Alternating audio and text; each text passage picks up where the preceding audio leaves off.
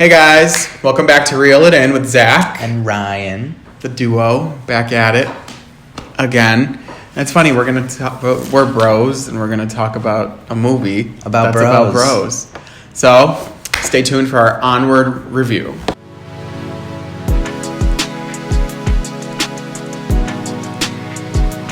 Okay, before we get started, just want to remind you guys to give us a like, give us a follow, leave us a comment down below. And all that fun stuff. Share it on social media, all the things that us young kids do. And wash your hands. And don't touch your face. It's important these days. Because coronavirus is going around. It's not a game. It's real. So mind your business and wash your hands. We might all end up looking like the people from Onward if we... Like elves. If we don't. You can turn into an elf if we don't get our shit together. All right, so Onward. So we're going to talk about Onward today. Pixar's newest movie. Just came out last week. We saw it opening night. Yeah. We did see it on opening night. No. The day after opening night, but basically, yeah. A good time at the movies. Directed by none other than Dan Scanlon. I don't know who that is. We're going to find out. He also did...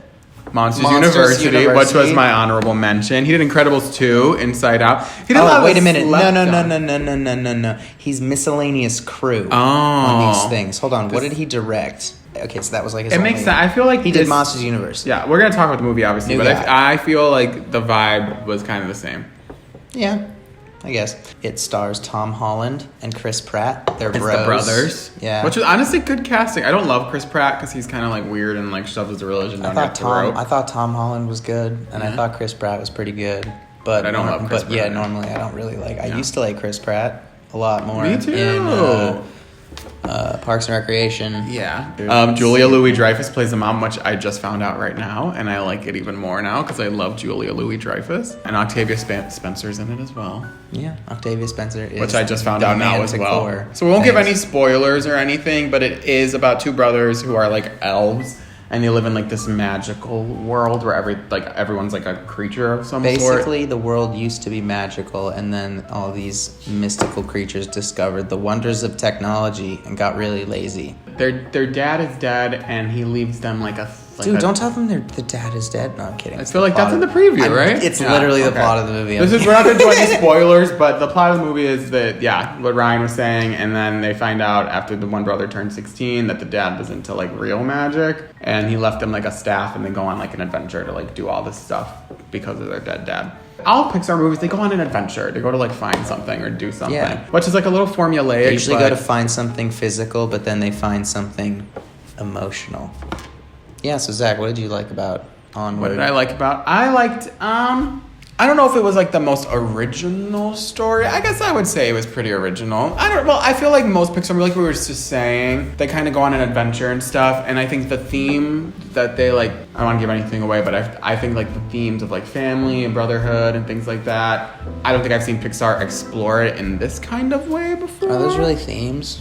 Well, it's like the message and stuff. Yeah, like the familial themes. Like I would say the theme is like family. And I feel like I haven't really seen Pixar explore that in this way. So at the end, when like, you know, the whole thing kind of comes together, I was like, I had a little tear in my eye.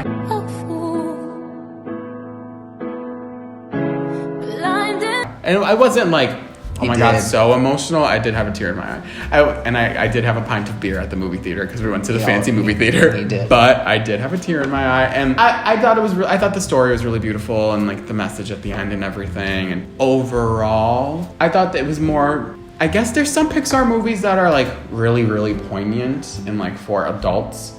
And then there's some that are, and then there's some that are like not as poignant and like probably more for kids. And I feel like this one was like somewhere in the middle. Yeah, because like it's not like The Good Dinosaur, which is like with morality, for or not morality, mortality. Yeah, and it wasn't like Toy Story 3 or like it was like an Inside Out. Yeah, it was like an exactly. Not quality wise. Yeah. Level of maturity wise. We're not going down that rabbit hole. I think Inside Out was better, but I wouldn't say this was like trash compared. I just think the story was...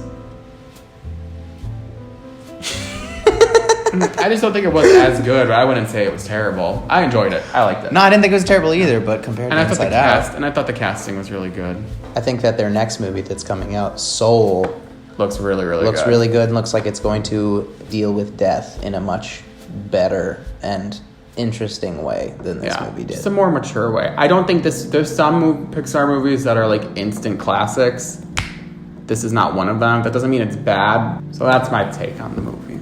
I don't have much of a take other than, I mean, I had a good time at the movies. There wasn't really anything about the movie that stood out to me that was that exciting. I thought Tom Holland was pretty good. I thought the voice was good. To quote my roommate Cameron, Pixar is a movie or is a company that, you know, it's all about magic and shit, and this movie really lacked a lot of it. Nothing really blew my mind about it, and to be a movie about magic and wizards and all that stuff, it kind of, you know, didn't really meet the bar for me. Yeah. I thought there was a lot of cliches in it. I thought a lot of the lines and moments between characters were pretty cliche and cringy almost at a few moments. I would say it's a lot of like Pixar classic tropes like just thrown into a movie. There were some good visuals that I thought were really well done. Like the animation was beautiful, obviously. Yeah, I mean that's always gonna happen. I didn't think it was that cool or interesting. Especially because my expectations are high for Pixar movies. My expectations for this one weren't as high as they usually are, but it wasn't bad. It was fine. Yeah, it was fine. A Pixar movie that I had really high expectations for and then was really disappointed was Finding Dory. And I will say I thought this was better than Finding Dory. Thank you. Finding Dory was bad. Oh my god. Objectively. Wait. What? I'm so glad we're getting this on camera because I've talked about how much I've hated Finding Dory for so long, and Zach's always talked about how we saw this together. You liked it. And it's bad. It's a bad sequel to a classic. It's not a bad movie. Yes. It's just they literally it's exactly what I meant. It's a reskin. It's a reskin of Nemo, but with Dory. So there's not like anything new, and that was pretty disappointing. I don't know if I could look at any Pixar movie personally and be like, that's bad. So I guess me saying that's 3. Bad. Well, yeah, I've never seen Cars 3, so like. But you can like. Yeah, I can tell that that's Cars just like 2. Yeah. I would say even Cars isn't that good. Cars is fine, but it's not even that good. Yeah, I think this was like Cars for me. Yeah, Onward was like Cars. I thought Finding Dory was a bad sequel. Yeah, no, exactly. So we're saying that this movie is better than Finding Dory. Yeah. I would agree with that. Yeah. Yeah, that's my take. But overall, I thought the visuals were really cool. There was a part in the movie where, what's his name? Ian, Tom Holland's character, has to walk across this like gap between these two cliffs, and he has to use like this spell that creates an invisible like path for him or whatever. And something happens, and it's really cool, and it was very suspenseful. And I don't like heights, so for any of you that don't like heights out there, that scene will probably get to you because it got to me. Heights. It's time for the real score. So my real score out of 5 is gonna be a 4. Solid 4. I can't sit here and say that I had a bad time or that I thought the movie was bad. Yeah, I just exactly. thought it was okay. Which is why I'm gonna give it a 3. Solid. Which gives it a 7. Total reel it in score for Onward is a 7. Out of Not 10. too bad. 7 out of 10. That's pretty fair. good. Honestly, fair. Yeah. My best friend. My Brothers. My Onward bro. Brothers. Because we don't have the same dad.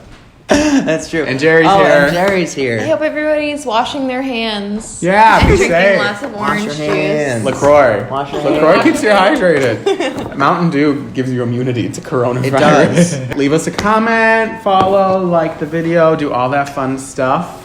See you next week.